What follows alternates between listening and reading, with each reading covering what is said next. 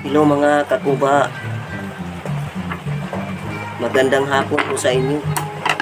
Ito po yung ginagawa ko ngayon. Magawa ko ng bintol kasi wala akong naisipan kung paano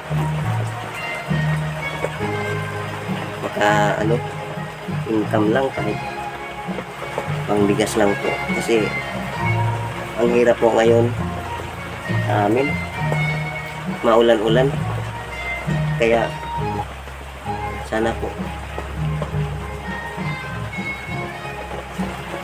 kahanap ako ng paraan nga kumita ng tira kasi wala pa akong trabaho ngayon, kaya nagawa na ako ng bintol mga kakuba. Sana po may blessing dumating sa aking buhay. So, ito yung may natapos na ako mga kakuba. Dito mahuli yung alimasag at saka yung mga kunting yung mga maliliit na alimango ito.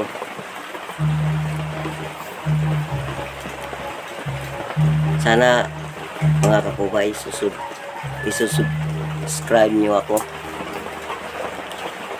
Sana isupport nyo ako yung mga vlog ko dyan.